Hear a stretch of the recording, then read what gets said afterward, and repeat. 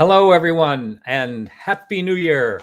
Hope you had a great New Year's celebration. Hope that 2022 is going to be better. It was actually a very good year for me in strange ways, but I'm hoping that, and I know it was a tough year for a lot of you out there, and let's hope that 2022 will be a better year for all. Stay healthy, stay safe as we move forward. And anyway, I do appreciate all the listeners to the show. And as I mentioned before in a number of shows, there's new listeners contacting me all the time. I just had someone contact me a couple of days ago that wanted to know all my favorite YouTube videos. That's a tough one, just to let you know, because I started looking through. It takes some time because there is a lot of YouTube that you want to skip over. There's a lot of things on there. People are looking to get high ratings. There are certain channels you want to stay away from. I don't want to start out on a bad note here, but there are certain channels you want to stay away from. And anyway, maybe I'll get into that at some point later on. But again, thanks everyone for staying tuned all these years. Our blog this week from Charles Lear is a UFO lab in Japan. This is something that opened up on June 24th of this year, World UFO Day in Japan. And he's writing that. And we do it. He does an audio blog, not we do. He does an audio blog every week too. And I can't wait to hear how he handles Japanese when it comes to this audio blog. That should be pretty interesting, to say the least. We have a great guest tonight. Really enjoy every time I talk to him. It's a lot of fun. He's got quite a background, and he probably gets tired of talking about his father, but we're going to talk about his father anyway, and that's the great J. Allen Hynek. Paul Hynek is our guest, and we're going to be talking about that. But Paul has had quite a career on his own, and he's been involved in all kinds of things. His bio's up in the show notes, so check that out. And without further ado, welcome to the show, Paul. Hello, Martin. Happy New Year. Happy New Year to you. Always fun talking to you every time. I always have a lot of fun. And you have a great sense of humor. Now, when you were growing up in the household, did your dad have that type of sense of humor? Oh, yeah. People tend to think of scientists, and I'm talking to you, Project Blue Book friends, as sort of, Vulcan type logic dominated robots. And our father, I'm one of 5 children, as you know, because you've met my brother Joel. Yes. He had a very overdeveloped fondness for puns. And may I tell you the triple pun, Martin? I'd love to hear it. Let me delve to the bottom of the bowels of Pun Mountain. Okay, so the triple pun was long thought impossible by the best minds in punnery. And the triple pun means 3 words, 3 consecutive words, 3 puns. Okay. So my father, undeterred by the daunting Sisyphean challenge of this, decided to crack the code to untie the Gordian knot. And he did. And he came back bringing the elixir to the village of the triple pun. And it goes like this. And the setup is not contrived or awkward at all. So there's an astronomer father, naturally, who has a cattle farm. Again, not at all contrived, Martin. And he says he'll give the cattle farm that he has. He's a gentleman, side hustle, hobbyist cattle farmer, to his sons with the one condition that they call the farm Solar Focus. Okay. Again, not at all awkward, a perfectly natural story that you don't even know is the premise for a pun. And his sons say, okay, astronomer father, thanks. And why do you require that we name the cattle farm from you Solar Focus? And the father responds, you have to name it Solar Focus because that's where and are you ready? I hope you're all sitting down. The sun's SONS, raise, RAYS, meet, MEAT. Solar focus, sun's rays meet. Oh my God, how long did that take? Oh, he would draw that out. And the thing is, my mom had a rule at the dinner table: if you told 3 puns, you had to leave. And there was no appeal process. You were gone. You were banished. And so, like, if I was up to 2, I would whisper to my brother and he would tell the 3rd one. But my dad came up with a triple pun because one night he had to leave to go do work, but it was impolitic to say that. So he busted out the triple pun and he was banished. And I saw him smirking on the way out. I hope he got a snack. I'm sure he had the attic away from all of us bratty kids. I'm sure he had it well provisioned. Oh wow. I spoke with Pam. I'm just trying to think her last name. Pam. She was the widow of Tom Schneider, the talk show host. Oh, sure. And yes. And she told me that Tom's favorite guest, one of his very, very favorite guests was J. Allen Hynek. He said, on the Tomorrow Show. Cool. He said that she said that Pam Burke, that's her name. She said that after the show was over, she would ask him to stay. I mean, he would ask your dad to stay so they could chat. And that she said, I don't know of any other, I can't tell you of a handful of other people that had that honor. So that's cool. I'd love to talk to her sometime. That'd be kind of fun. Oh, I could do that. Yeah, I could certainly set that up. She's a very nice lady. So this is it's always fun. I think we're getting a little bit of feedback from your computer. I don't know if you can turn down your speakers just a little bit. Yeah, it's your speakers, not your mic. Okay. All right. How's that? So far, sounds pretty good. Okay. So let's talk about what your dad. I think that when I very first started looking into this topic, one of the things that really fascinated me was when I started reading about your dad and how he was like on one side, Project Blue Book. And then after a while, there was so much material that he said, now, wait a minute, there's really is something to this UFO thing, UFO problem, as they often say. So do you happen as a young kid, I guess you were pretty young when that transition happened. Do you remember any of that, his way of thinking back then? There are 5 children, as I mentioned, and there are kind of 2 generations. There's Scott, Roxanne, and Joel. Then there's a 12-year gap, and then there's me and my younger brother, Ross. I see. So Ross and I have different recollections than the older generation. They remember Project Blue Book and the Air Force and, my father getting involved and being trepidatious, and my parents wondering about how, working on the UFO problem, as you termed it, would affect tenure. He was at that point, an untenured professor.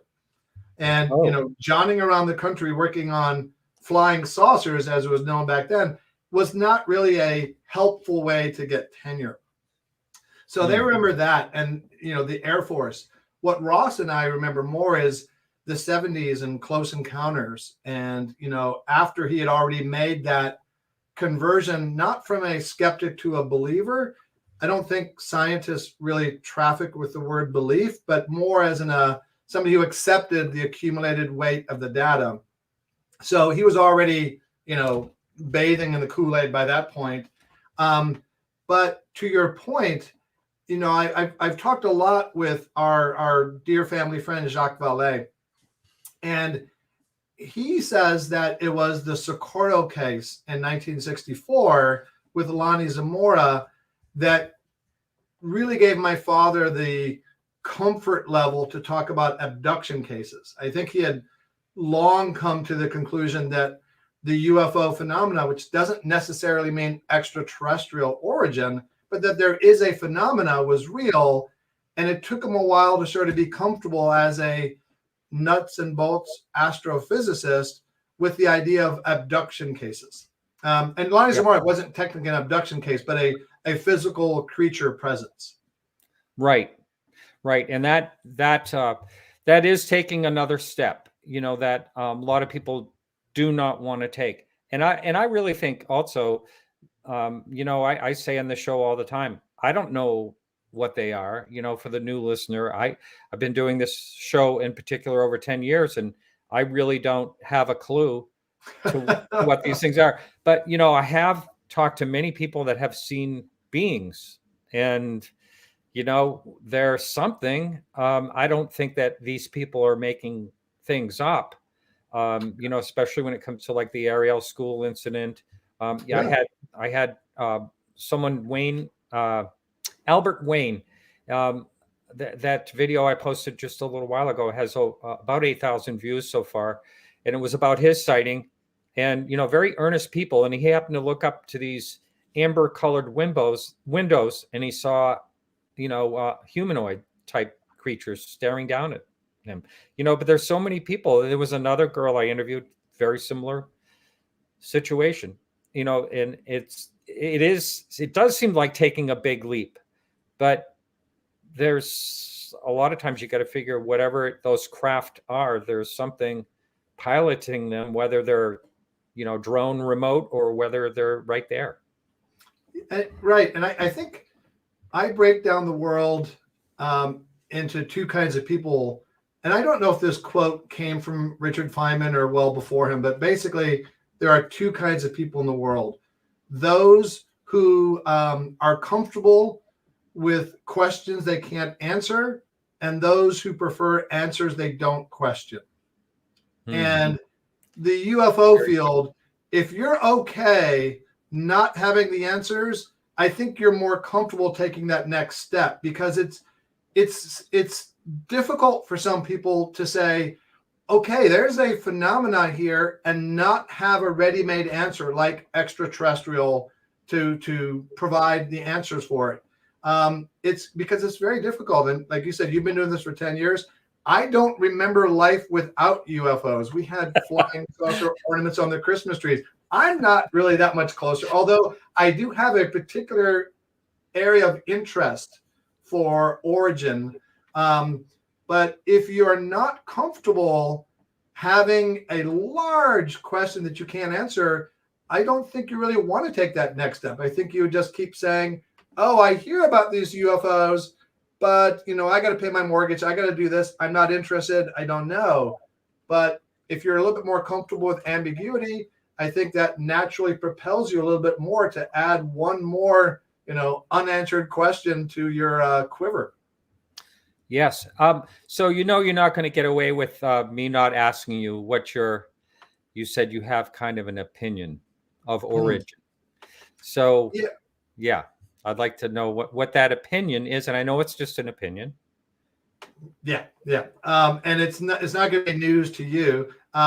But so given a variety of factors, well, first, I think I'm not a scientist, but I can pretend to be one sometimes. Scientists often work with the process of elimination. So you start with sort of the knee-jerk cultural default idea of extraterrestrial origin. Well, what are the problems with that? And there's a variety of non-trivial problems with that hypothesis.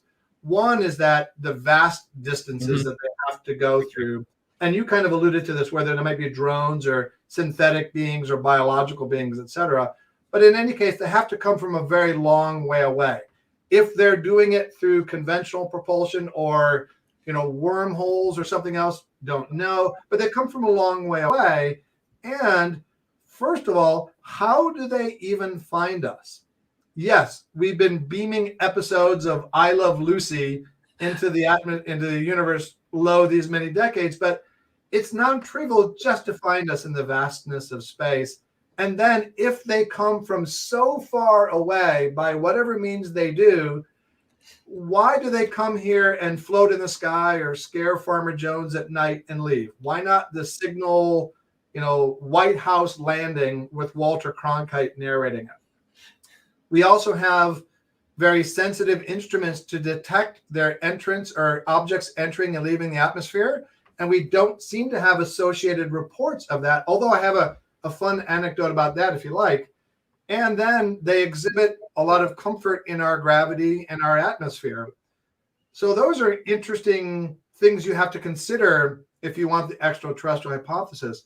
But even beyond that, my father and Jacques and others long ago started thinking that the extraterrestrial hypothesis could well be part of the phenomena, but doesn't seem to explain the totality of the phenomena. I think that's one of the reasons my father called his first book the UFO Experience, as opposed to the UFO sighting or,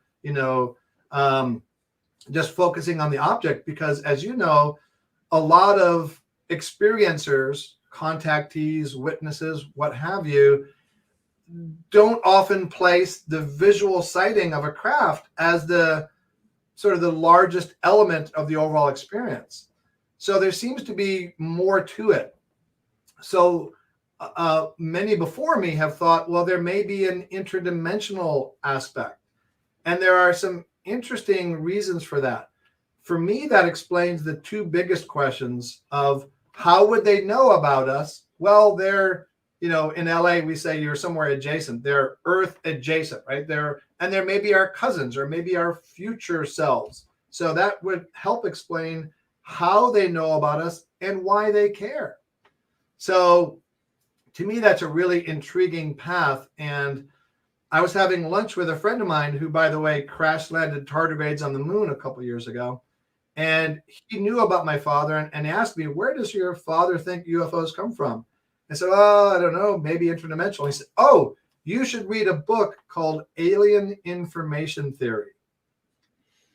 And I said, Alien Information Theory, sexiest book title ever. So of course I read that. And, it posits the theory that when you take DMT, which is the most powerful psychedelic drug known on Earth, sort of the big brother of its better known little sister ayahuasca, that the experiences you have there may not be hallucinations, but they may actually be different realities that DMT allows you to sort of filter and receive while doing that.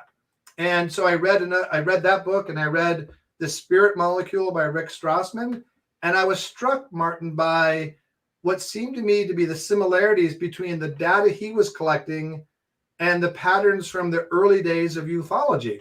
I thought, well, that's interesting. So purely in the interest of science, Martin, I started taking DMT. And the first time I took it, like many others, I felt transported through a vividly colored tunnel to this other realm. And it was overwhelming and amazing. And by the time I got my sea legs, and I then sort of communicated to the Gaia-like, mostly feminine intelligence all around me, are you what we perceive to be UFOs and aliens? And I felt millions of miles of synapses and neurons firing as I felt the fabric of the universe being created. And the answer bubbled down to me, we can't explain in a way that you would understand. Well, I believe that. I totally believe that. And I thought, well, I understand no. So it seems like there's something here.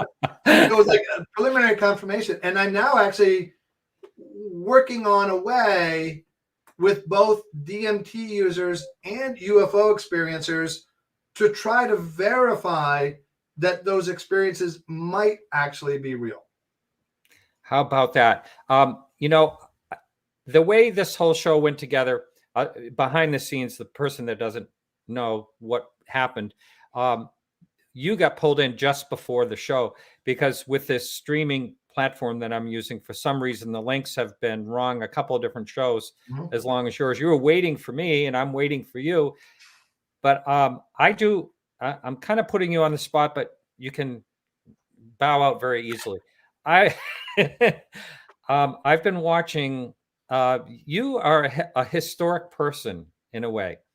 Um, uh, I'm talking about the youth thing that you Oh, have been tested yeah. as the only person that's ever regressed in age. Do I have that correct, or is it the mind? What's the part of that? my, my mind has not stayed youthful. My mind has deteriorated. But yeah, I would Yeah, nuance that to say I can make the claim that I'm not the only person, but in the history of the world, based on evidence published in a scientific journal, I have the most success in reversing my age. that's what I'm trying to say. Um, and I do another show called the Everything Else Show. I would love to do a show just entirely on that. And you don't have to Sure. say anything. Oh, you already said sure. Okay. I'll be talking to you about that. I'm free that day. I checked my schedule. I think that is totally fascinating. This show will talk about UFOs, but for those of you that just heard that whole thing, I'm going to do an entire show on this because there's a lot to say about it, and it's fascinating. Mhm. And And it's a viable way for everybody to actually reverse their age in a medically documented fashion. it's crazy. It's really amazing. Really amazing. All right, so we're going to go back to UFOs for now. Back to safer ground. No, not necessarily. But so I know that I talked with you and Calvin Parker together. That was great. Yeah. And you were actually took his phone call and wrote it on the chalkboard at home. So I think that's back in 1973. Is that what? Yeah. Right. So what? Let's talk about what was it like. Just paint a picture of a day in the life of your youth growing up, and what was it like being in that household? I'm talking about UFOs, for the most part, but Yeah. So, um, how, unless there's some reason for you at a very young age to compare your circumstances, either really good or really bad, to others, I think for most people, however you're raised seems normal. That's the default and the normal for you. So yes, growing up, I don't think any of us felt that it was that much different. Most of our life was pretty similar. I remember I talked about playing kickball when you and I and Calvin talked. And so we had a lot of things that were quite normal. But then we would have, phone calls from Calvin Parker and our father Gil or Travis Walton over for dinner. And our dinner time conversations would be, how we did at school, what's going on, and what exactly did you see at 6 p.m. last night to our dinner guest. So it was a mix of normal suburban Americana and overall scientific discussions, because my father was an astronomer. He was a scientist, and his later in life side hustle was UFO. So he didn't self-identify as a UFO guy, but more as a scientist. And I think he wanted to impart upon us kids the sort of wonder and magic of science and that way of looking at the world, accented often by UFOs. amazing. And I'm sure you had some quite astounding dinner guests over the years. What was that like? I mean, did people come to visit with your dad? And yeah, all sorts of people. And one series of meals that I can recount that even at the time I realized was super cool was in 1973, there was an eclipse cruise that left from New York that went to go see the point of totality off the western coast of Africa by the Canary Islands. And so our family, Ross and me and my mom and dad, went on there, and we went for free because my father was lecturing. And the really cool thing was that for those 2 weeks, our family and one other family shared one table for all our meals, and that was Neil Armstrong and his family. wow. And this is 4 years after the moon launch, Martin. I mean, there's nobody in the world that persnickety astronomer kid would rather have met than Neil Armstrong. I bet. And, there's a story that came out in the Sun in the UK about 2 years ago, and you can search for it, just search like Hynek and Armstrong, that it was Neil Armstrong who requested to sit with our family. Wow.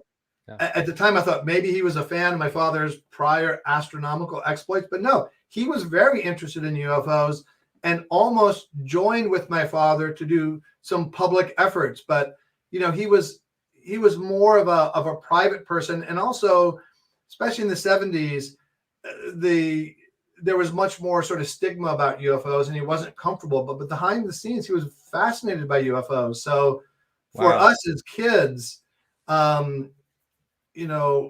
meeting his kids, being friends with them, and being with Neil Armstrong for 2 weeks was just a dream. And Neil deGrasse Tyson was a kid on the ship. Isaac Asimov was on the ship. And I remember two girls, maybe 20 years old, asking for his autograph. He wrote on their thighs, Isaac Asimov was here. And I thought that was the best thing I'd ever seen in my life. Yeah. Wow. And as far as astronomers, other astronomers, did you ever meet Carl Sagan for one?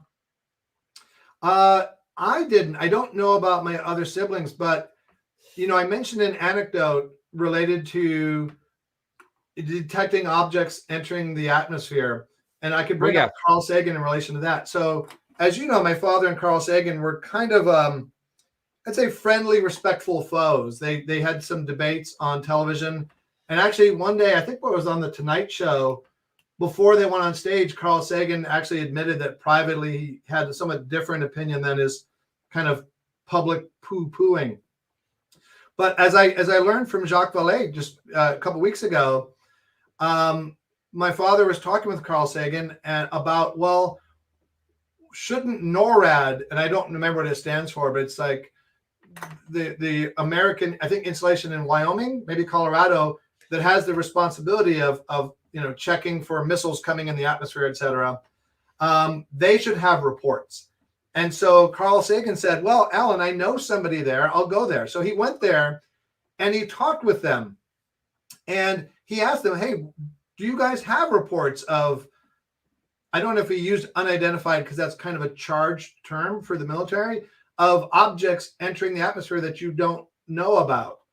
And apparently the people he talked to said, yes, we call those uncorrelated targets.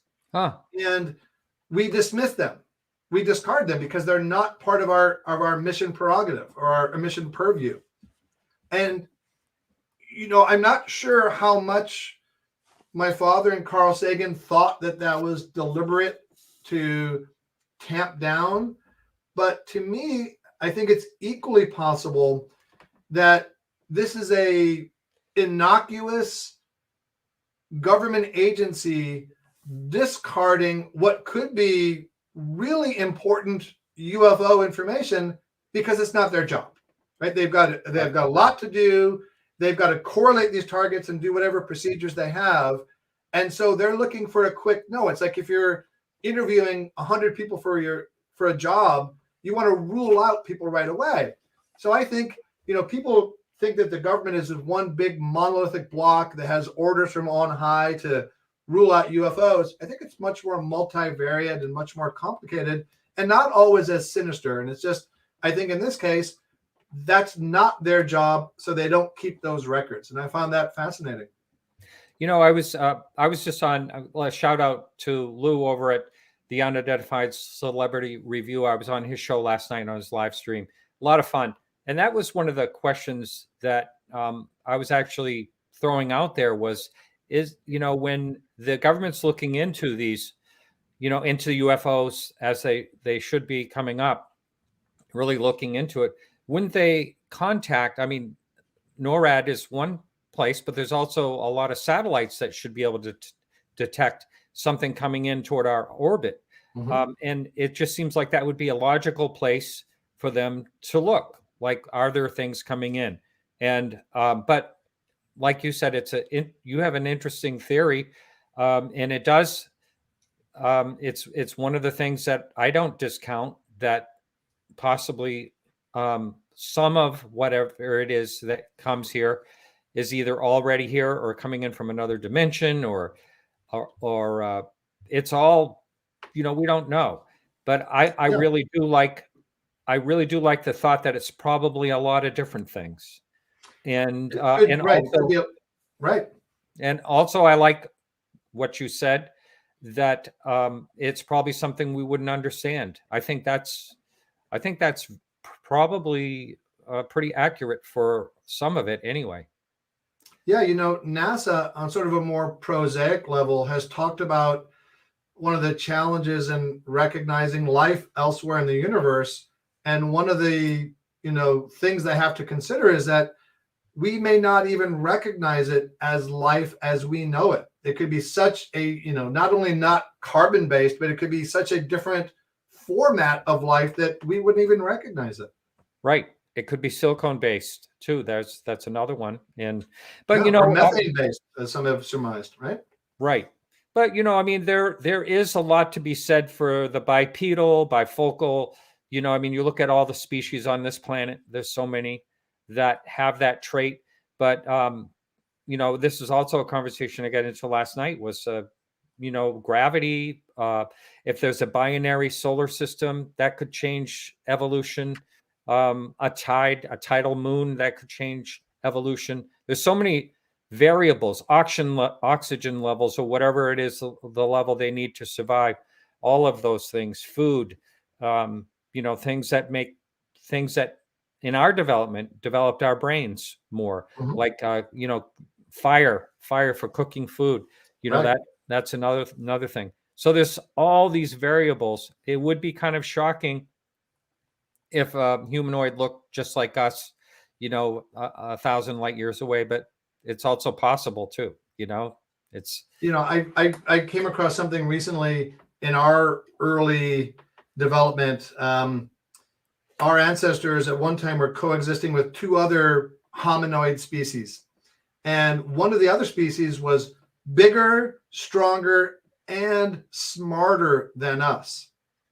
And yet we survived and they didn't. And it was fascinating. And what they sort of theorized is that those bigger, smarter, stronger entities had their pick of the litter. They could eat whatever they want. And we were kind of like hyenas, coming in for seconds on the food and eating whatever we could and foraging and just basically just barely scraping by. And that at some point there was an environmental change, and that led everybody to have to move and to have different diets. Well, these, big, strong things that had been used to eating whatever they wanted, they were less able to adapt quickly to a different diet. Now, us being foragers and scrappers ate whatever we wanted. So it was our slightly higher ability to adapt to a different diet and different environment that led us to proliferate after that environmental change. Otherwise, it could have been very different. And that's just such a razor thin margin for evolution. Right. And, like right now, if our power grid was completely gone, I mean, it's a real high number of our population would be wiped out.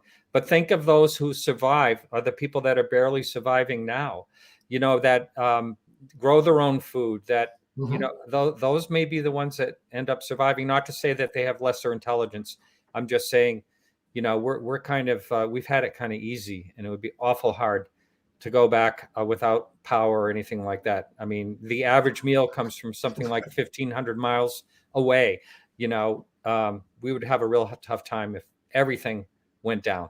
Well, I mean, I'd be fine, Martin. I'd last a good 12 hours. Then my laptop dies, and then it's just chaos. After that, it's chaos. Yeah. Yeah. So as far as, I want to get back just a little before we go into other things. So your idea is that possibly that these things could be interdimensional, possibly. I mean, that is really a really good theory.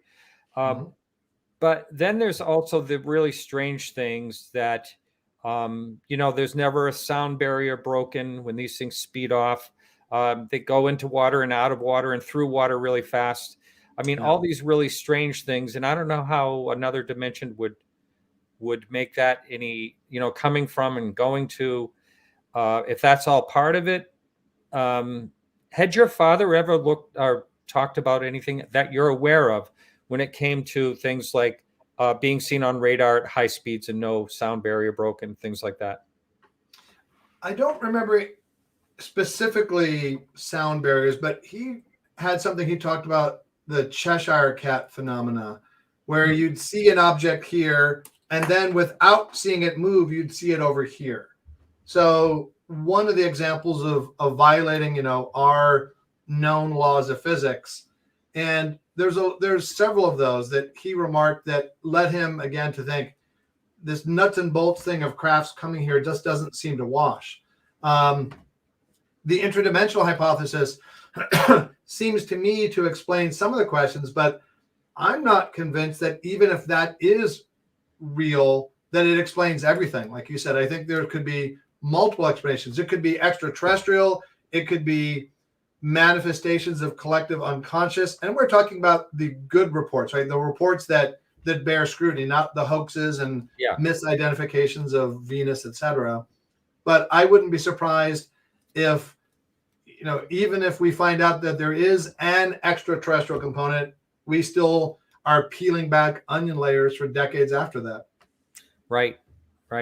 And I also like what you said about, the vast distances. I mean, it's even hard to fathom, how far away a light year is. And the nearest star is over 4 light years away. How the travel could be possible. Maybe there's, like you said, maybe there's wormhole travel. Maybe there's something that they know about physics that we haven't figured out yet. Mm-hmm. There's all kinds of things like that. But also, I've said this, a number of times on this show. Why would we be so special if there's life everywhere? But I've had people that had pretty good answers for that too. When it comes, because our planet is thriving with life. And the signals are out there that we're here. Not just, I'm talking about biological signals. Here's a question, and I think it's a decent one. So if you want to ask a question in chat, just put it in all caps like Joni did. During Blue Book was 1965, the Kecksburg crash. Do you know if that was investigated by Blue Book? Your father? I believe so, but I don't have any more information about it. I'm familiar with the case, but I don't know like the official Blue Book or my father's sort of determination about it. Yeah. There's controversy about Kecksburg. Whether it possibly could have been something that we put up there that came down. Mm-hmm. But but it's kind of bizarre how it did shoot off in another direction, or it changed directions or something on the path. That's always an interesting one.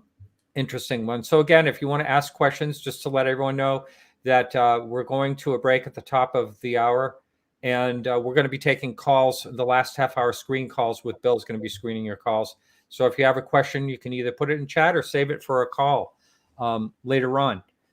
What are some of the cases that you heard about at the supper table talk that was really fascinating? Let's go back to Calvin Parker in Pascagoula. And that's a case that quite well, has sort of gotten even stronger over the passing years, with more witnesses coming to the fore, attesting to what they saw in a consistent way with Calvin and Charlie's account.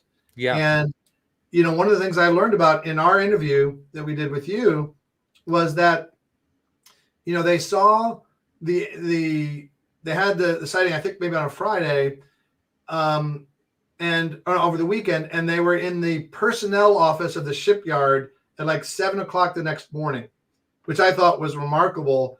And Calvin said that my father was in the office there at like 7 a.m. the next morning. Amazing. And he never understood how he was there that quickly. I think he must have been in the Gulf Coast already on some other kind of business. And, he liked that case. And again, as you know, one of the interesting things about the case was that Calvin and Charlie were in the police room being, interrogated, actually. And the police left the room and inadvertently left the tape recorder recording. And it's pretty clear that Charlie and Calvin, who were not, trained actors, didn't know that was happening. Right. And it was left recording them. And what really seemed to be traumatized, honest, trying to cope with the situation. And my father found that very compelling. Somebody asked him once, is that a good case? He said, yeah, that's a very strong case. They said, is it real? But my father, being a scientist and no, besmirching meant to my friend Calvin, said, how the hell should I know? I wasn't there. But I believe that Calvin believes it happened, and there's good evidence to support that. That's what a scientist will say. Yes. And that case is just very strong. And it's one of many where, you talked about how people don't want to believe accounts. At some point, you either have to embrace that, unanswerable question that I mentioned, or just keep denying the accounts of a larger and larger number of witnesses, some of them very credible by any way that you measure it. My father would say that it got very awkward for the Air Force to deny accounts of Air Force pilots who they themselves had trained. And now we've got, remarkably more open public posture on the part of the Navy and the Pentagon, thanks in part to Chris Mellon and Lou Elizondo, saying, hey, yes, they don't call them UFOs, they call them UAPs. They exist.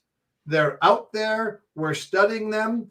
We're concerned for the safety of our aviators, and they may pose a risk to national security.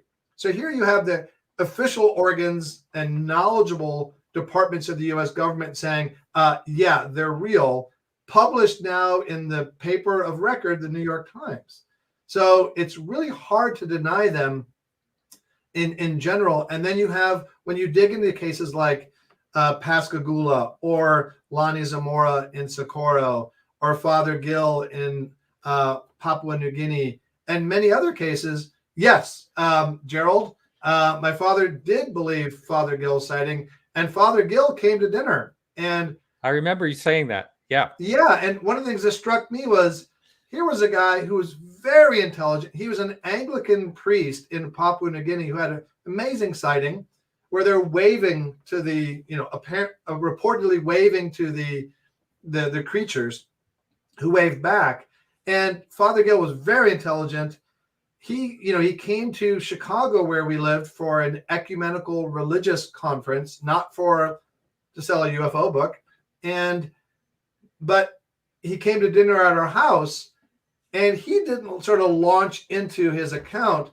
But if you're a fairly well-known UFO witness and you come to dinner at the Hynek house, that's kind of the quid pro quo, right? So, and I found him to be very intelligent, very comfortable in his skin, nothing to gain by reporting this. It didn't help him in his, in his priestly career, and just very consistent over the years, which is something that struck my father. My father would ask people questions from slightly different points of view to see if he could find like some daylight between their varying accounts, but he found him to be remarkably consistent and thought that was a wonderful case that had multiple witnesses.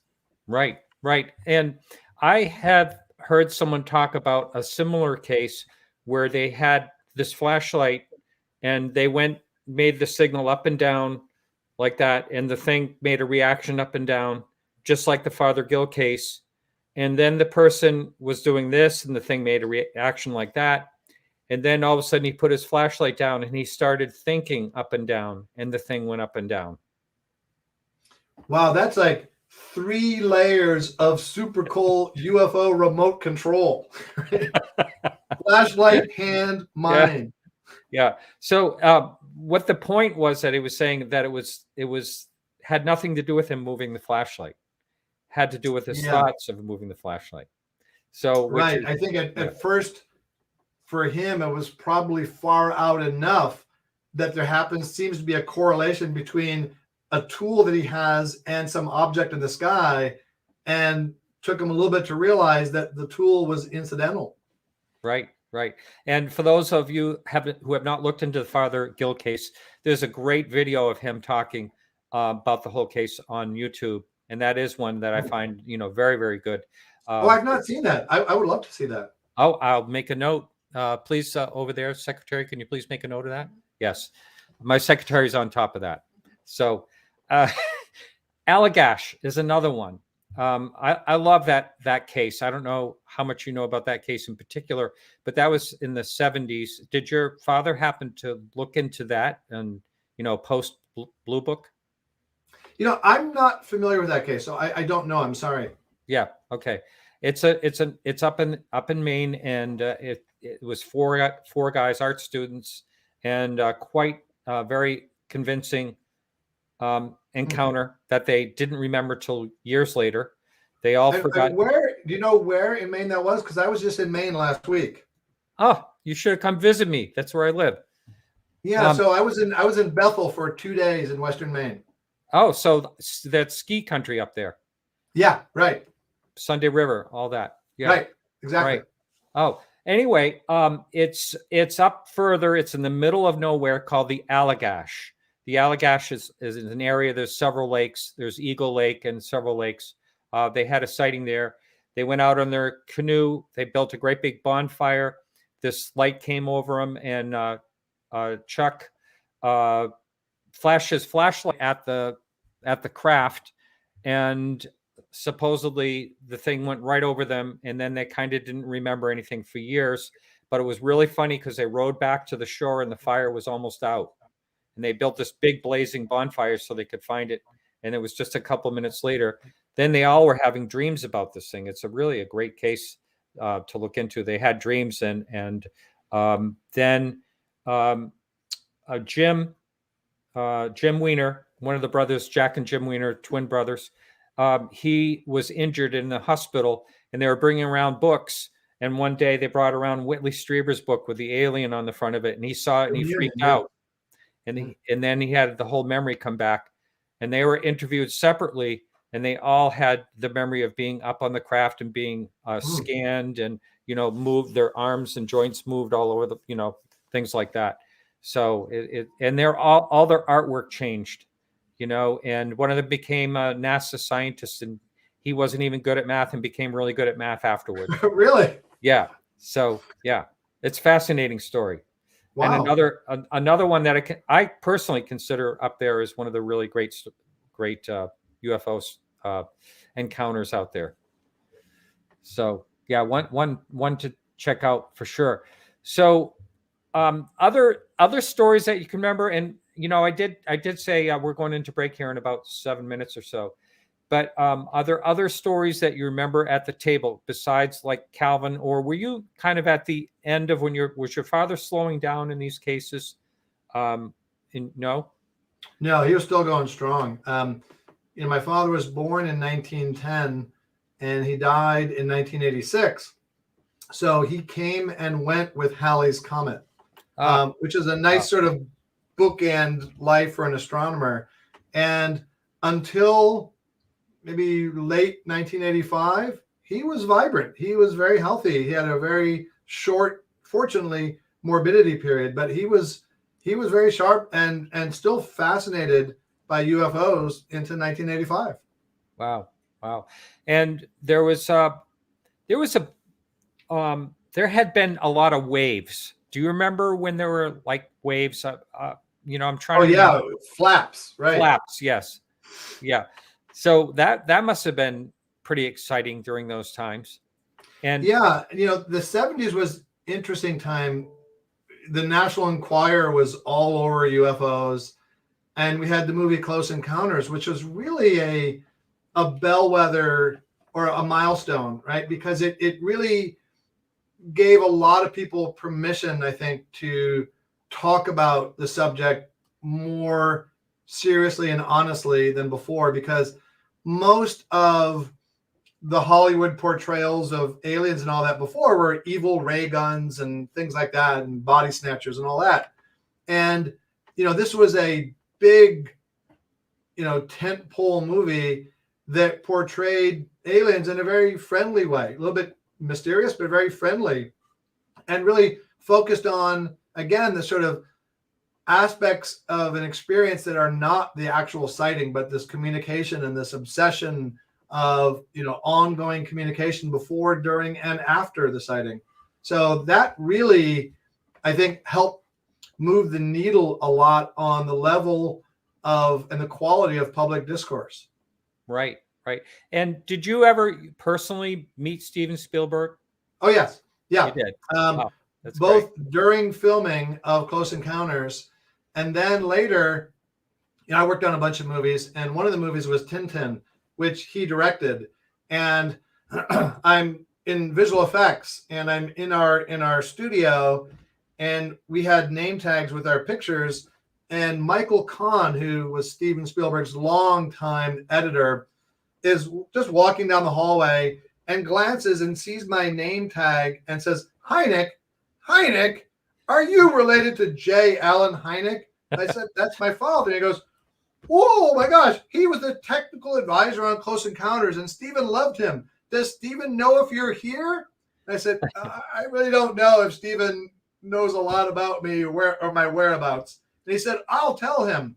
So that was a Friday afternoon, and bright and early Monday morning, a PA comes to me and says, Paul, Steven would like to talk to you. So, okay.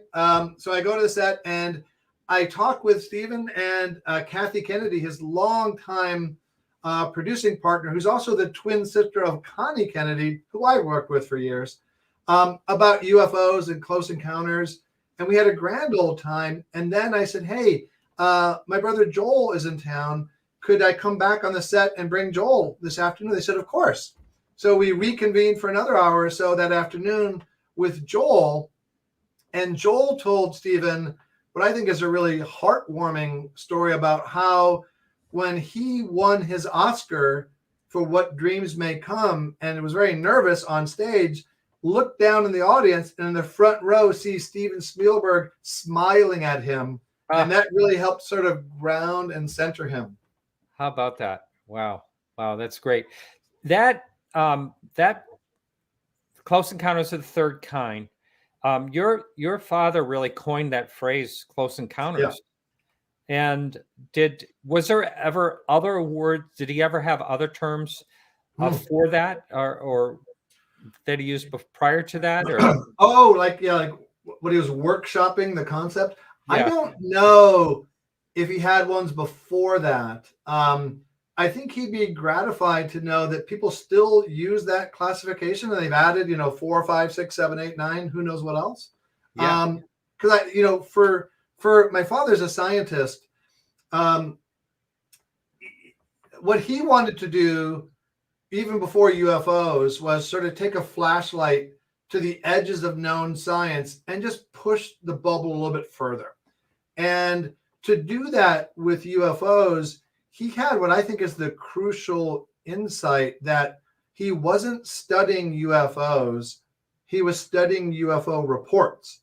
And part of that meant that he wasn't spending so much time on astrophysical concepts, but actually touchy-feely talking to people, which he was not trained for as an astrophysicist. Sure. So there's a whole different sort of branch for him to go down. But when he realized that sort of level of remove that he's dealing with reports, that's when he realized it would be very helpful to come up with a lingua franca, a classification system that people could use around the world to better compare, interstellar apples to apples. And so that seems to have stuck and been useful. He coined other phrases as well, and one of my favorites is high strangeness, which is one of that one. High strangeness. I love that. Which is me too. And you immediately understand what it means. But he had a lot of very interesting turns of phrase and ways to sort of classify this, really bizarre phenomena. Great. Maybe we'll talk a little bit more about that on the other side of the break. It's time for us to go into it right now. We'll be back in exactly 3 minutes. So hang in there over at KGRA Radio with the commercials, and we'll be right back. All right, Joe, welcome to the show. And I'm excited to hear about your sighting. You have called into my show in the past, but this is something that's happened since that time, right? Yeah, so I had called in early in August, and a few days later, I had this sighting. Coincidentally, I was in Mammoth Lakes, California. Just got done with a backpacking trip, and this is over the eastern Sierra Nevada mountains, kind of up towards Yosemite. Yeah. So it was the last day that we were out there. I decided I was going to do some stargazing because you can see the Milky Way galaxy and everything, and turn off all the lights, went outside, and I noticed immediately this bright green blue star below Saturn. And that was looking out, I would say, probably like southwest, approximately 9:30 p.m. So pretty dark outside, and it was bright. If you're looking at Jupiter or Venus in the night sky right now, it was brighter than that. And it was green, and it was not moving. And I watched it for about a minute, and then it started to move slowly to the left, and then it sped up, and the brightness increased in intensity, and it shot what I would describe as like a small star out of the bottom of it. So it just like shot this little light that just went straight down behind the mountain range. And then it kind of slowed down, and it would start to move left a little bit, and then kind of drift to the right, and then it would kind of jut upwards and then drift back down. So it did that, I would say, for, I don't know, 4 to 5 minutes. And at that point, my mom came outside and she was looking at it with me. So she was saw it too. And then I actually went up the stairs of the condo above us. There was no one in there, luckily, but it had kind of drifted below the like horizon, below the tree line. So I had to go up the stairs to look at it. And then I watched it get dimmer to the point where you almost couldn't see it. And then it would get bright again, to the point where it was like brighter than Jupiter again, and it would get dimmer again. And did that for, I don't know, I watched it for maybe 10, 15 more minutes, and I just got bored. Funny I talk about that. You probably heard me talk about that. There's a number of people that, a friend that I'm visiting with right now, her mother got bored watching this amazing UFO outside after a while. I saw this thing take off. Yeah, no, it's quite interesting. I didn't notice it take off or do anything crazy. I'm not sure if it was getting farther away or just getting, dimmer and dimmer. I couldn't really tell, but it definitely seemed like it was getting farther and farther away.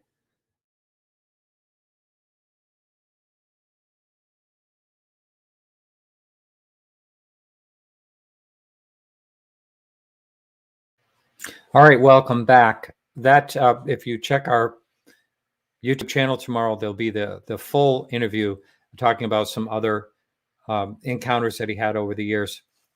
There we go again, encounters. I'm not sure what type of encounters, but I'm with Paul Hynek, and I'll bring him back in. Paul, so this is pretty exciting. I do want to say this also about that last video. What made me think that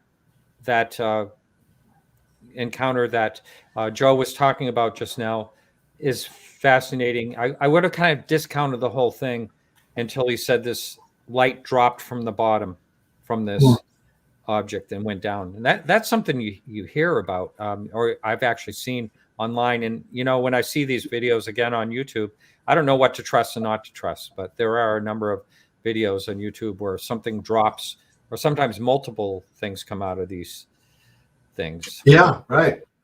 So drones, who knows what the heck they are? I mean, I don't know if a drone can do that, but further on in the conversation, he does talk that he was in a very remote area, and it would be very strange if someone had a drone in that area in particular. But so we have to deal with a lot these days, as you know, Paul, that it's not just like the simple UFOs that are flying around. We have there's the drone issue. That's one. I mean, I had a sighting that I thought for sure was a UFO for a while. I sent it off to a photo analyst, Mark D'Antonio, friend, astronomer. And he said, well, it acts like a drone. It looks like a drone. It must be a drone type of thing. So, but it was doing a couple of weird things. But, you can be deceived by whatever it is. It was very windy that night. The light was really bright and then dark, and it zigzagged all over the place, but it was most likely a drone. That's one thing we have to deal with. Chinese lanterns. There are so many people that think they see UFOs when there's Chinese lanterns.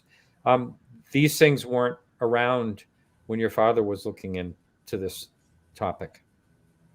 But there was some strange encounters. You know, people, I actually really like the ones that are really different. I don't know how you feel about that, but when they're like, they don't sound like anything else. I love those type of encounters. Well, I do DMT, so no kind of UFO experience is going to throw me for a loop. Yeah. Well, that's right. That's right. And do you have people like that will approach you now and say, "Oh, I know your father, who he was or whatever, and let me tell you about what I saw." So Yeah. have Yeah. you heard some good ones? Well, all of us kids are ports of entry for people who feel compelled to reach out, because, my father was a sympathetic person who understood that for a lot of people he's talking to, whether the experience was objectively real or not, felt that it was real and had gone through a very traumatic experience. So he was very patient and understanding. I would say sympathetic, not empathetic, with them. And they felt that. They felt that he was kind of like a safe harbor, that they could bring forth this deep, dark secret that may have, buried for years. And when I first started getting active and speaking about UFOs, et cetera, and conferences and things like that, the first time, I think it was maybe at an Alien Con conference, which is massive, thousands of people. And after I was done on stage, I was walking off stage and 30, 40 people rushed up to me from the audience. And I really didn't know what to make of it. And it was because they saw me as a conduit to my father, and that here is permission and somebody that they believed would give them a sympathetic ear, that they could talk about it in comfort. And I could see what it must have been like for my father to sort of broadcast, hey, I'm an astrophysicist and I believe you, or I accept what you say. And so we've had a lot of people come up to us, emailing, telephoning, mailing, and in person, really feeling comfortable and also sometimes compelled to share one story or another. Yeah. I love the stories. That's why I'm recording with people now that listen to the show. There's stories. Some of them have been really, really amazing. So this text I'm putting up here, we already talked about that earlier on. If you didn't catch it, but you think it was around the Socorro case when your father really kind of went over to the other side, so to speak. Yeah, I would narrow the parameters a little bit. By that point, I think he had already accepted the UFO phenomena as legitimate. Right? We've been working on it for maybe 14 years or so. But it was the Zamora case that made him feel comfortable with the alien beings aspect, not just an object. So that in particular, Jacques points to as the sort of signal case, or the straw that broke the camel's back, that made my father much more comfortable talking about such cases. And, right. I think part of it is that I think my father viewed the world in terms of UFOs as having like three main constituencies. One is the military and the government. Another is mainstream science, which is really his, wheelhouse. And then call them UFO believers. And I challenge you to think of three more different entities or groups than military, say astronomers, and UFO fans. Right. And I think he felt he had to keep each of these groups mildly displeased. And then he's probably doing about the right balancing act between three groups who want very different things. Isn't that funny? That's pretty funny. The book that just came out, a re-release of the Hynek UFO report, I'm not sure. Was that the original title of that book in 1977? Yes. Okay. And did it also have the subline of the Project Blue Book cover up? Was that in there as well at that time? No, that is a new addition to the cover. Okay. And so this is being re-released. A book that I have not read that I really would love to read. Did your father actually say that, come out and say there was a lot of cover-ups in Project Blue Book? Yeah, I don't think it was my father, but I think he liked this phrase that someone once called Project Blue Book, which was the Air Force's official department to study UFO reports, which was really not looking to get at the bottom of things, but really more of a PR exercise to tamp down public hysteria. And because Project Blue Book, as reflected in the TV show of the same name, really wasn't about reverse engineering propulsion systems or getting to the bottom of the phenomena. They just wanted to calm people down and explain every case. And even with that very strong mandate from the top, of the 12,000 or so cases that they officially investigated, they still couldn't explain 5%, which is about the same batting average around the world. And I find that fascinating. So somebody once, and because they would always explain things, and that was the tension between most of the Air Force directors and my father being the scientific consultant, of the Air Force just wanted explanations. They didn't want him to get to the bottom of it. They wanted this professor with his academic gravitas to explain things away. And so someone referred to Project Blue Book as the Society for the Explanation of the Uninvestigated. Yeah. How about that?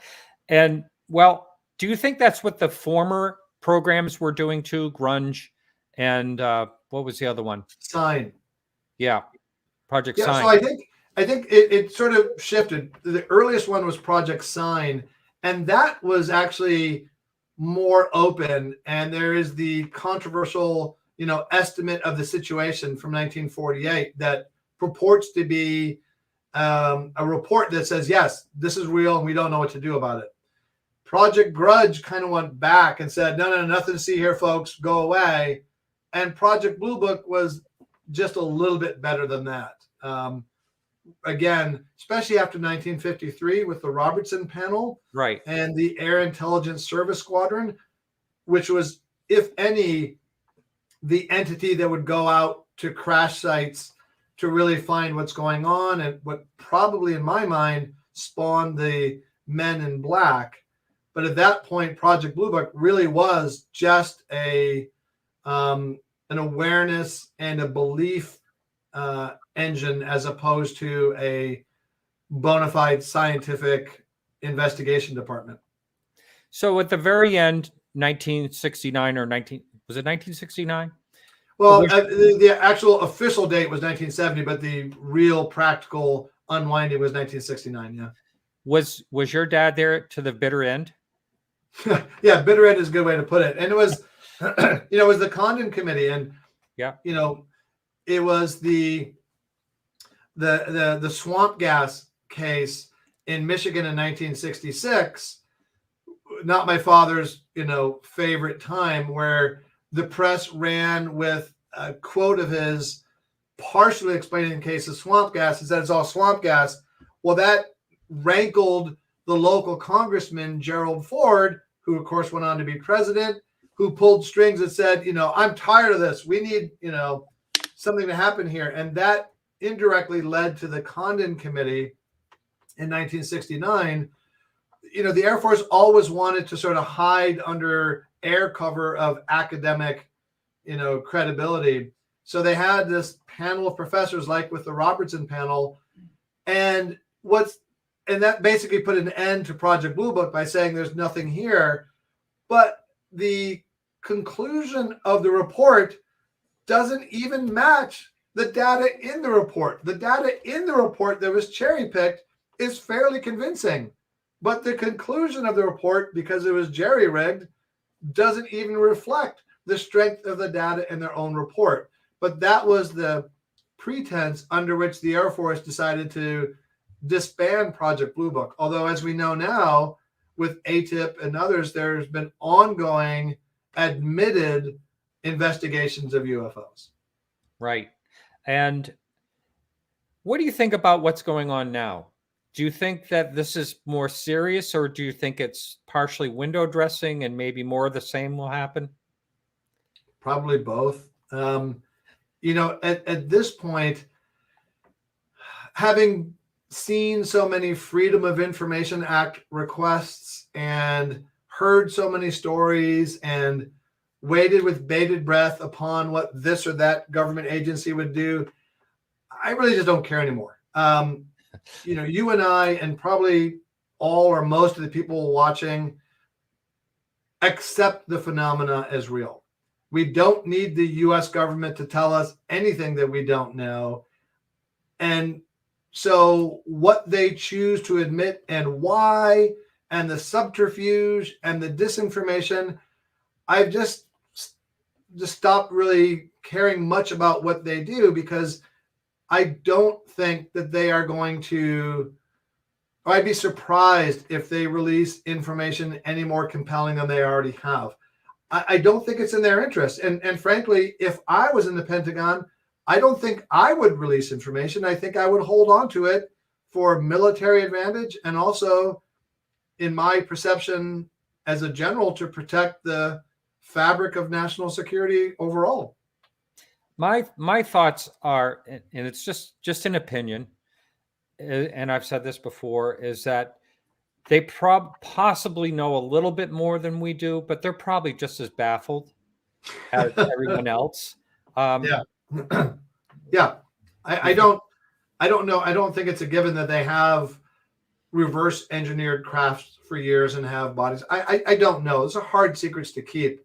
But I think you're right that no matter what they have, they're probably even more baffled than we are, because they see even more stranger things. And look, if the US government had successfully reverse engineered propulsion systems since San Antonio in 1945 and Roswell in 1947 and other cases, you'd think they'd have used it by now. But we don't see that kind of overwhelming military superiority. And it's hard for me to think that a military like the US is going to just sit there and not use something that would just sort of, be game over.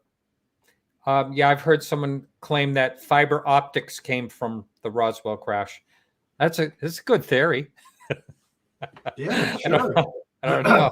Okay, at least they're commercializing it, but not, using it to pound the Russians and Chinese into submission. Well, of course, that's what we'd do first thing. That's what we'd want to do, right? That's what I would do, right? If I'm a general and you tell me, hey, General, we've got anti-gravity, I'm going to use that stuff. Of course. Yeah. And so that kind of goes against the argument you hear all the time. A lot of people, skeptics are, and I think it's good to be skeptical, but most people will say on the skeptic side that, oh, these are military craft. They're, black projects that we don't know about or whatever, anti-gravity, but they always forget about people seeing these things, 50 years ago. And if something was out there 50 years ago, there's no way that it could be under wraps all those years, in my opinion. Yeah, right. I mean, it's certainly possible, but for the secrets not to come out and for that technology not to be demonstrably used to our national advantage, either way you look at it, it's hard to understand. There are some great cases where the government seems to have swooped in and collected artifacts, saucers, etc. But we just don't see what would seem to be the inevitable consequences of that. Right, exactly. We talked a little bit about Jacques Vallée before. Here's another question. Was he someone that your dad called to talk over cases? Is that, but I have a follow-up question to that. Okay, absolutely. I mean, they co-authored a book and they were close friends. And I think there were few, if any, people with whom my father would confide more. And Jacques would go to Project, Blue Book in Dayton, and pore over the cases and use his artificial intelligence prowess, because he had a PhD in AI from Northwestern, to go over the cases to sort of tease out patterns from the cases. So they talked all the time. Absolutely. Well, the follow-up question to that, you sort of answered it, but I was going to ask, was there other people as well as Jacques Vallée that your father, leaned on for opinions? Yeah, I'm sure you're familiar with the Invisible College, which is sort of Jacques and my father's resuscitation of a old sort of Renaissance area concept of scientists confiding in private in sort of a safe room environment about a taboo topic. So, Carl Sagan and others, and Arthur C. Clarke. I have, a letter from Arthur C. Clarke to my father right about the time that the movie 2001 was going to be released, saying that Professor Hynek, in public, I dismiss UFOs, but in private, I really respect your approach. And so they had a correspondence going back and forth. And there were a lot of other people who would say that, and astronomers and others who would say, I can't say this publicly, but hey, you go in private. Wow. Yeah, I just put up this from Arthur C. Clarke. I love this quote: "Two possibilities exist. Either we are alone in the universe or we are not. Both are equally terrifying." I love that one. Yeah, I hadn't seen that before. I like that. Yeah. Let's see. We had a comment up here. I was going to. So this right here, I got this is from over on Facebook. Thank you, Jay. Did he ever have anything to do with Hal Puthoff, Targ, and the conscious aspect of the phenomenon? Is this kind of new agey these days, or was there ever anything talked about when it comes to consciousness and the phenomenon? Yeah, and that gets back to, that's a great question about the extraterrestrial hypothesis kind of lacking. This is the kind of meat on the bones that the ET hypothesis doesn't readily address. There seems to be a deeper, call it psychic or consciousness or other layer to the phenomena that is really the most fascinating. I mean, if you study UFOs, as my father did, going around the world and looking at, trace elements in the earth and, examining radar reports and all that, okay, that's great. But after a while, you get convinced and it's just more of the same. And what propelled him and Jacques and you and others is this sort of this sort of bonus round about the phenomena of consciousness. And, are these, I mentioned interdimensional, but I also mentioned in passing the potential manifestations of collective unconscious. And, one of the things that Jacques has pointed out is that if you look at UFO reports, they tend to take on the appearance of the current scientific awareness. So in the 1890s, you had these sort of steampunk type airships floating around with like flaps and things like that, right? Because that's what we understood. Now, you can interpret that in different ways, but it is a part of the phenomena. So the notion of consciousness, and you mentioned, the guy, I think in Allagash, right? Yes. With a flashlight, or this communication, or Close Encounters of the Fifth Kind, of this ability to apparently summon them to come, is part of the most, I don't want to say elusive, but most compelling aspect of the phenomena, that there is this communication, which is part of consciousness, between experiencers and, say, the aliens on sometimes a continual basis. So that notion of consciousness and communication is about the most fascinating aspect of all, I think. Really fat. Yeah, I mean, this is, again, all part of it, or it could be one of the parts. So this email just came into me, and I would like to read it to you. It's from a Leonard. He says, thanks to both of you for the interview. I had the privilege of being one of the handful of students taking an astronomy class at the University of Waterloo that attended a presentation by Dr. Hynek around 1969, 1970.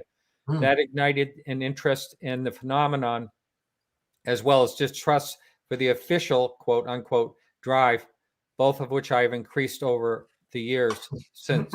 Currently working on Channel 5 of his book.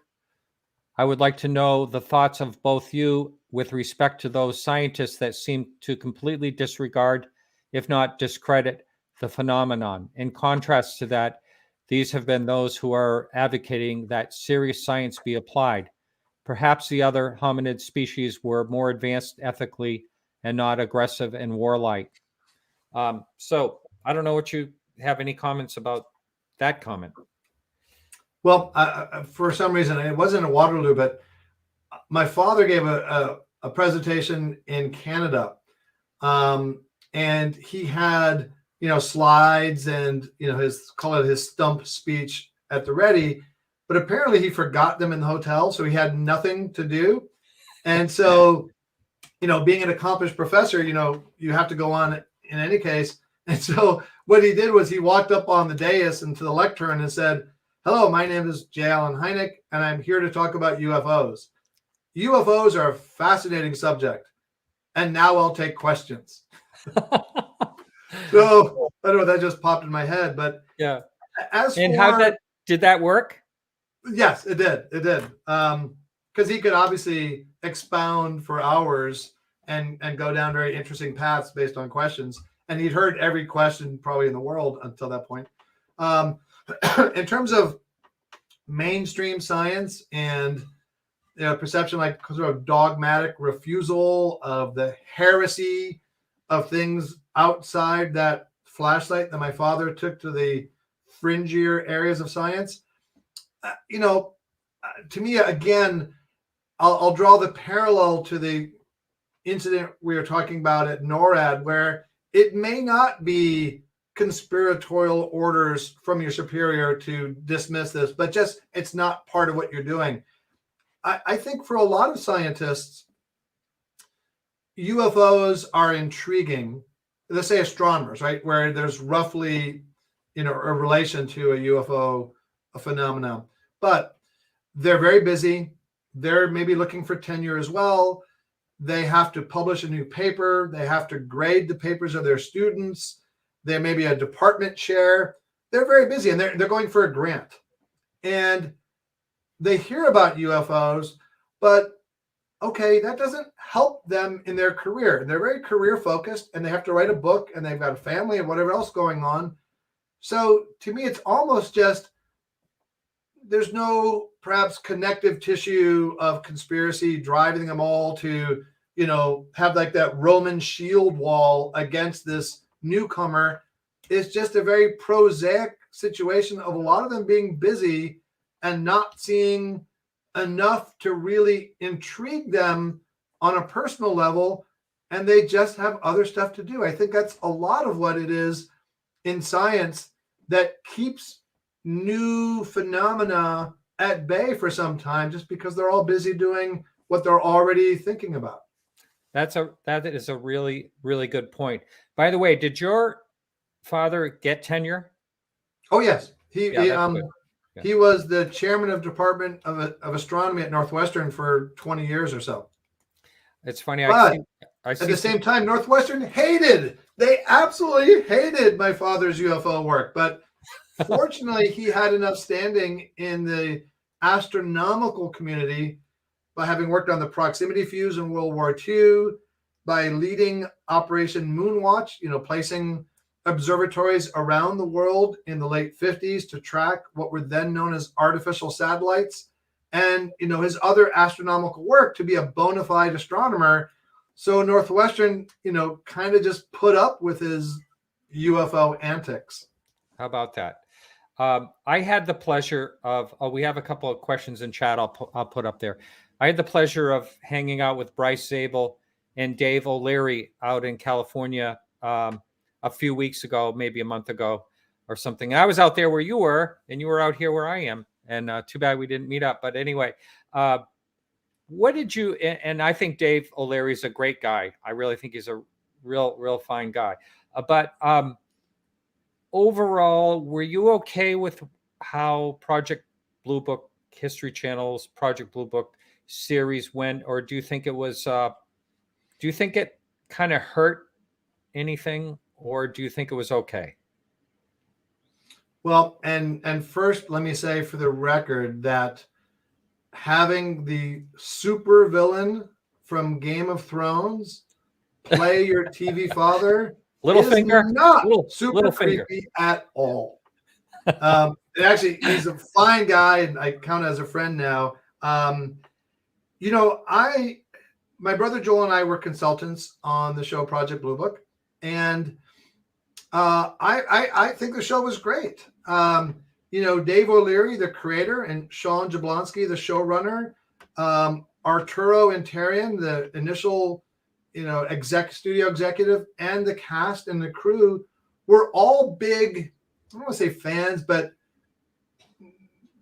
they accepted the UFO phenomenon, and they believed it was important, and they wanted to get stories across.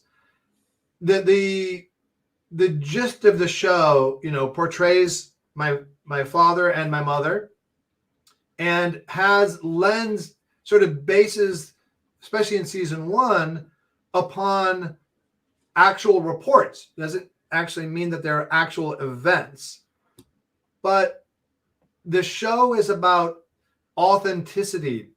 You take two characters, you understand what makes them tick. And we talked with Aiden and Laura, who played my dad and mom respectively, quite a lot. And you place them in stretched circumstances.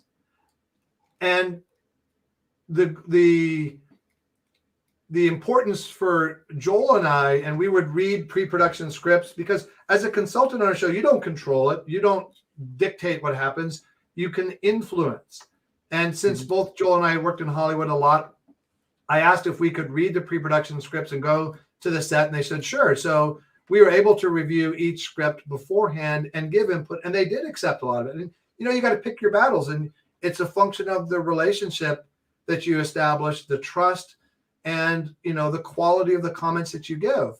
And so our family was very happy that they portrayed our parents in a respectful way, and it's understood. And they even mentioned at the beginning of the show, look, click on the website afterwards to learn more about the real report of this case. That's right. So I think the show had an interesting premise of starting with actual reports and real people, and then taking it a little bit farther. So yeah, I'm very comfortable with the show. And I think, like Close Encounters, it had enough fictional elements to draw more people into the tent, as opposed to just an echo chamber of already converted UFO diehards.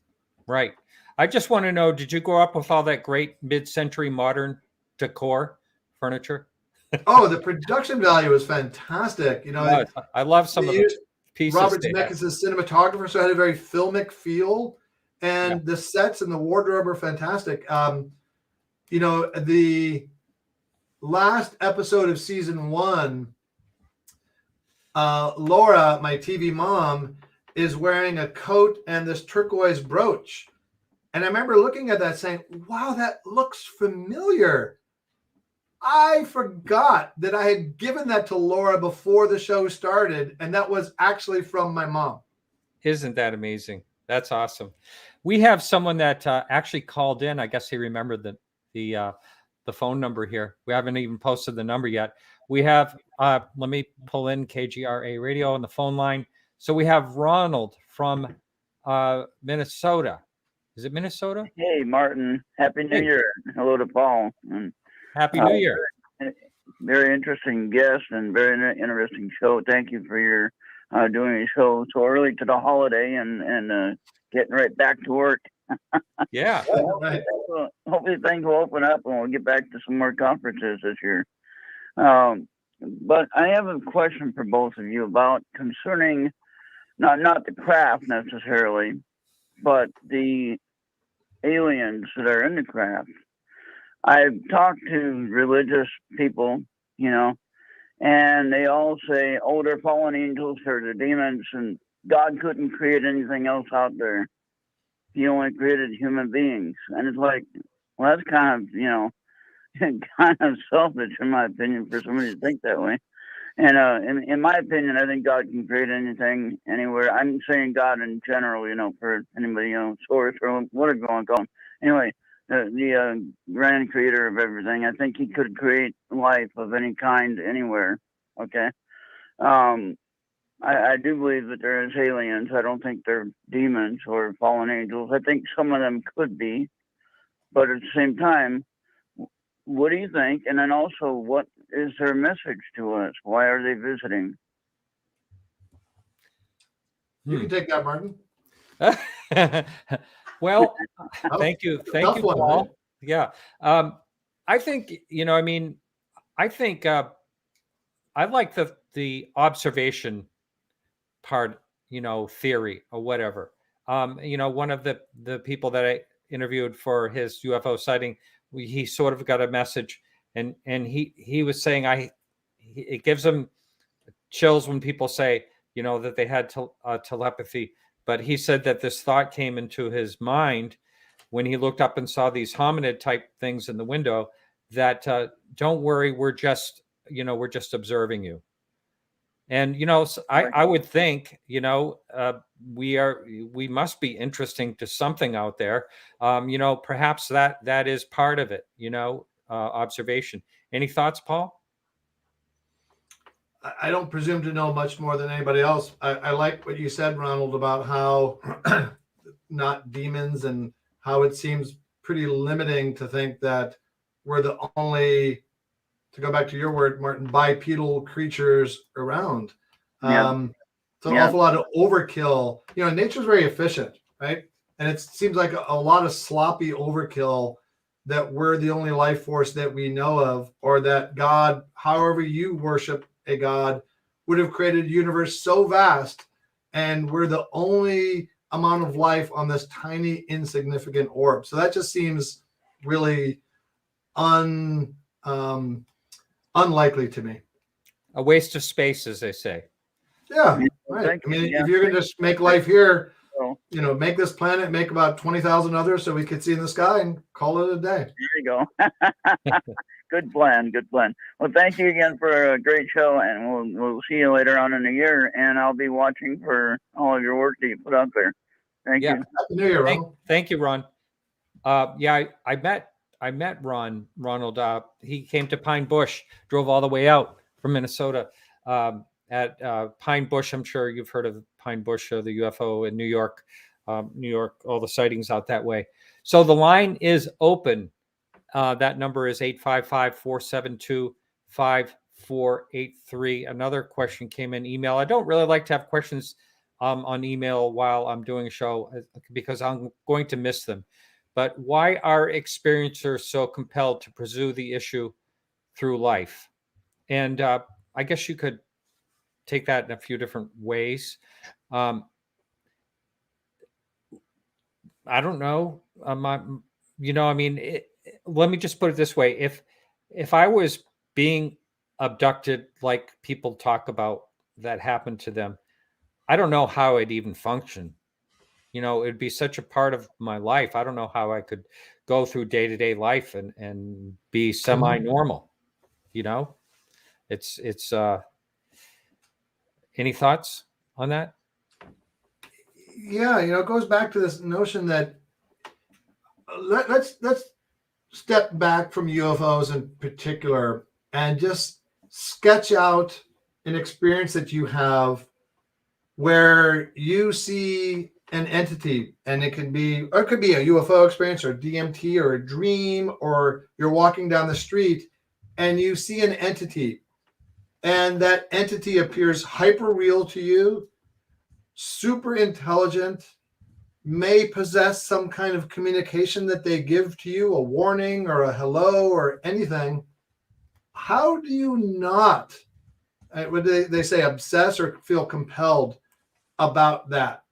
It'd be such a signal event in your life so atypical, and how do you stop sort of attempting to process something that is so overwhelming in terms of its uniqueness and perceived significance? And I think, we are pattern-seeking mammals, so it's natural. It's evolved in us to try to find meaning in that. And perhaps you sense meaning because you feel that you've had a communication, and that communication would be perhaps life-changing. Or on the other hand, you don't feel a clear communication, or you feel it was dark and hostile. And now you're seeking for meaning in this event that's unlike anything else that's ever happened. And like you said, Martin, I think either way, it's just not something that you say, yeah, that was super cool. I met the alien that day. Hey, what's for dinner? Yeah. Yeah.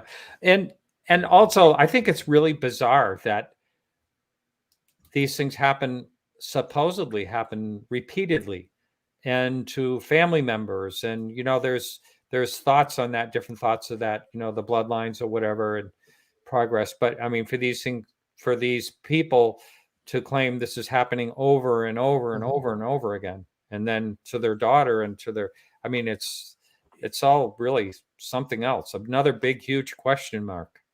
Yeah, they're just sort of hoarding all the great UFO encounters for themselves and their bloodline. Not fair. That's not right. Cut me in on some of that. Yeah, well, better watch what you wish for. All right. So we have Francisco from New Mexico on the line. Francisco, you are live on the air. Welcome to the show. Hello. Welcome. Happy New Year, Paul. Happy New Year, Martin. Thank you for the time. Quick question, I guess.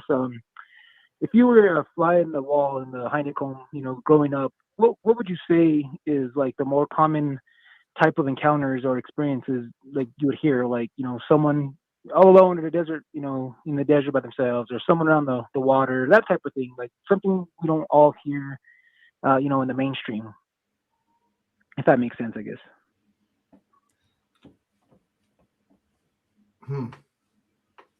I think the question is, I couldn't hear that well, but the question is, what kind of environment were most cases in? So like hearing people like being there and just kind of growing up in the home, what comes to mind, like what comes to your mind that like seemed to happen more often? I guess like if we were in your shoes, what would we have heard, more often than not? Yeah. So, for me, my younger brother being on sort of the tail end,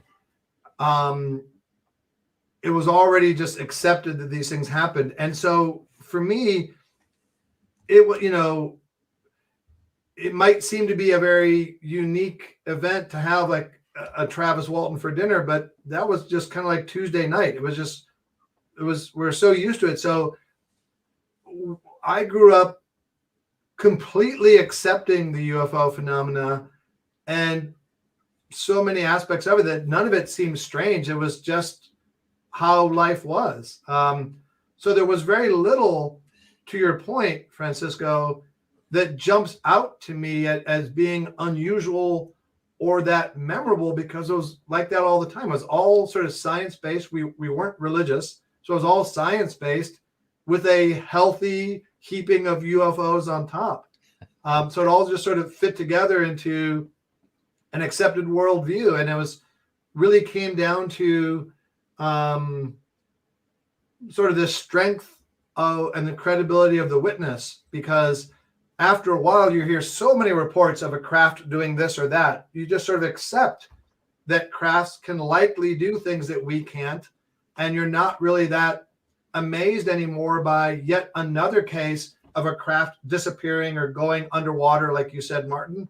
But it really comes down to the fulcrum of examining the witness. So I think I became more interested in watching how my father would talk to the witnesses and thinking about them, because that's the one thing you could really look at.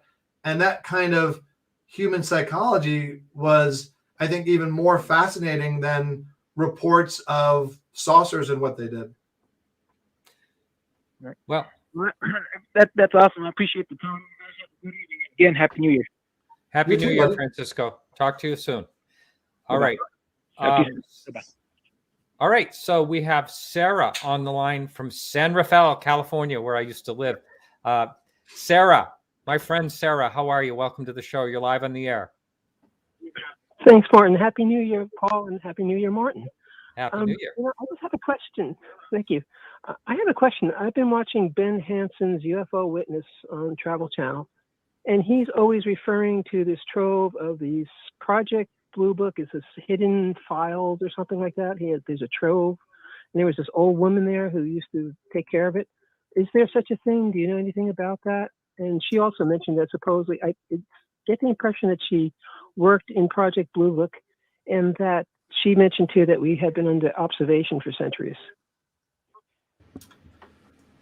Seems like network hype. I don't know. I've heard all sorts. I've had so many times people tell me, "Hey, I've got 100 secret Blue Book files." I don't know of any secret files. I think,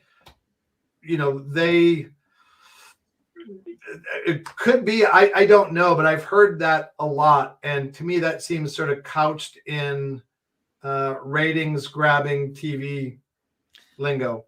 But Paul, on that, don't you think that there were reports that came in that were a little too hot, that they had to be handled elsewhere? Yeah, sure. And I think those would have gone to the Air Intelligence Service Squadron, which was tasked with going to any kind of downed ship or aircraft site. And they even had Russian speakers, and their job was to get to any crash site of any kind within 6 hours. So I think they would have been the ones to get what you're calling the really hot cases. So I think they would have either been diverted away from Project Blue Book to begin with, or if they had a brief landing at Project Blue Book, would have been moved away very quickly, such that Project Blue Book might well not have a lot of records like that, which doesn't mean they don't exist. I just don't think there's a whole lot at Project Blue Book because that really wasn't their job. Sarah, I think I know who you're talking about. I believe James Fox may have interviewed her at one time. But anyway, the lines are full. So thank you very much, Sarah. Sure. Thank you. One other quick thing. Paul, Sure. if you have a formula for age reversal or you have a product, put me at the top of the list for it. Okay, thank you. So if you're interested in age reversal, you certainly want to listen to Martin's other show, but you can go to interveneimmune.com and learn about the publicly available technique now that we've been using to reverse age. Yeah. And so I will talk to Paul and set up a time and let everyone know. These are shows that are on the YouTube channel, on the Everything Else show. So they'll be coming. And the way you can find out when those shows are, the easiest way is to subscribe. And it's a free subscription, by the way, to our YouTube channel, and just click the notification button. Someone made a very good point. People might think that there's a charge to subscribe, but it's free.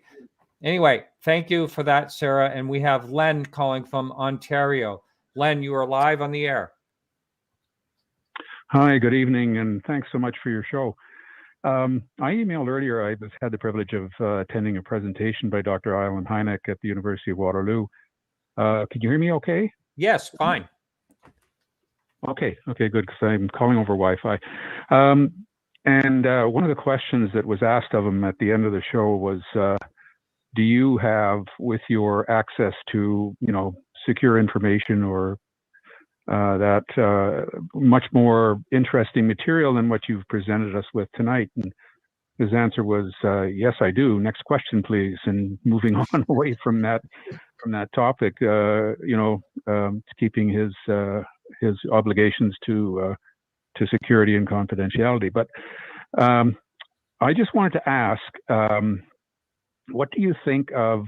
We constantly think of the UFO phenomenon in terms of our own understanding of physics and the universe, etc.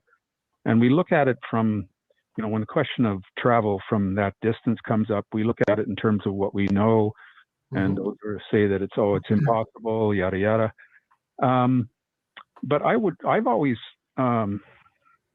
believed that a civilization that is advanced enough to visit us, regardless of how they're doing it, would also be advanced in terms of ethical and moral terms, and that they likely don't have the need to colonize and conquer. They don't have the need to go in search of food because they can probably synthesize everything they need, and yada yada. That there are many aspects to advancement that come into the picture, and that also includes your reference to what is actually happening. Are these communications, or are these is the phenomena part of something other than physical travel? I think you make a really good point that if they're able to come here, and even the word here, it means that they're coming from there, and it might be something even more exotic on that. But yes, let's say they're coming from someplace far away. By whatever means they do that, conventional or they travel in time and space. If they're able to come here, they're by definition so far advanced from us, and they likely have had their own singularity. So they're able to turn the universe into computational engines and do things we would regard as magic. That yes, I quite agree. They don't need our gold. They don't need our food, our water. I don't believe we're exceptional enough as a species that our concept of non-Borg-like individual love is enough to bring them here. And, along with that, if they were coming here and meant us evil, it's like if you see two dogs interacting and you ask yourself, are they fighting or playing? They're playing. When two dogs are fighting, you don't ask that. If aliens come here with that superiority and they have hostile intentions, we would know, or maybe we wouldn't because we'd be gone immediately. And they wouldn't really need to colonize us or make us batteries or these various, dystopian views of the aliens. So at least for me, it's comforting to know if we're being visited, which seems likely, they're at best indifferent to us, or at worst indifferent to us, and perhaps, caring. Yeah, well, Travis Walton's experience seems to indicate that they were caring, but also I wonder if their lack of disclosure, if you will, has something to do with that they won't interfere, or they won't make a serious attempts to reveal themselves until we're beyond our very aggressive and warlike kind of tendencies. Do you think we will progress beyond our bellicose nature? Well, yeah, that's a good question. It seems to be a genetic trait, but and that brings into question the topic of evolution. Our evolution has its own history, and evolution someplace else may have not only progressed differently, but it may have started completely differently. So yes, so many possibilities.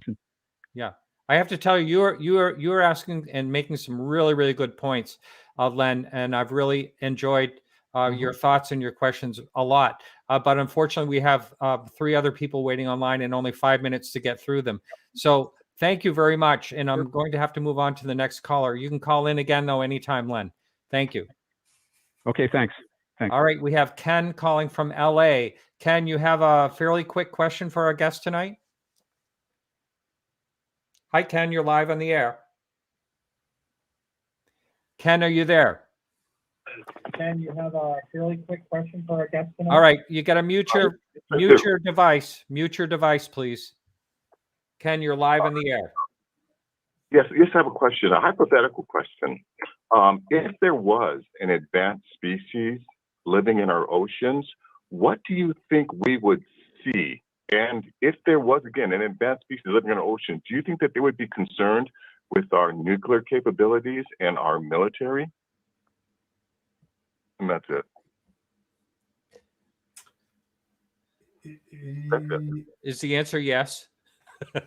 Well, I'm not sure. The first part about if there's an advanced being or civilization underwater, what will we see? Probably whatever they deigned to let us see.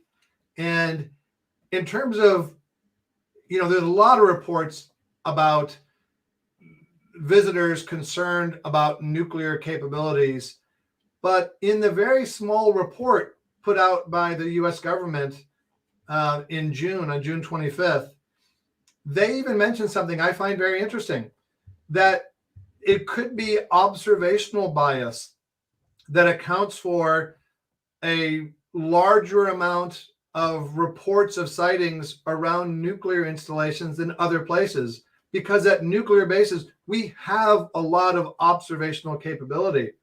So again, I don't think that our species is viewed as that exceptional by anybody. I don't know if they care about our nuclear capabilities or our, as Len said, our sort of our bellicose nature. But I think a lot of the reports around nuclear facilities are because we're just able to see things better there. Oh, very good. I'm sorry, that was a great question, Scott. We have to jump to our next guest, which is Scott. I think, Scott, you're calling from Illinois, I believe. Welcome to the show, Scott. You're live on the air. Thanks, Martin. Big fan of your show. Listen every episode. Thank you. Taking my call. This is a little bit of a selfish reason for me calling.